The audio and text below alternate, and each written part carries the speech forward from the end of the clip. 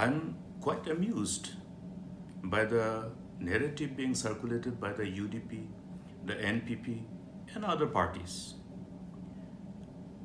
telling the people that they are the only messiah and protectors of our indigenous ethnic communities through their well orchestrated bluff.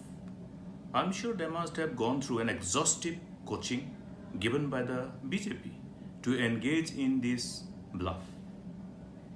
I would like to ask them few questions, just straightforward questions, which will give a complete clarity on the truth.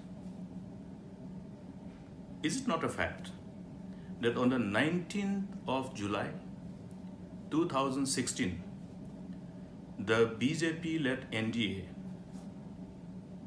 with all their associate partners, which includes the NPP and their then MP, Mr. Conrad Sangma, introduced this Citizenship Amendment Bill on the 19th of 2016. And is it not a fact that all these UDP, NPP, and other regional parties join hands with the BJP to form the Northeastern Democratic Alliance, so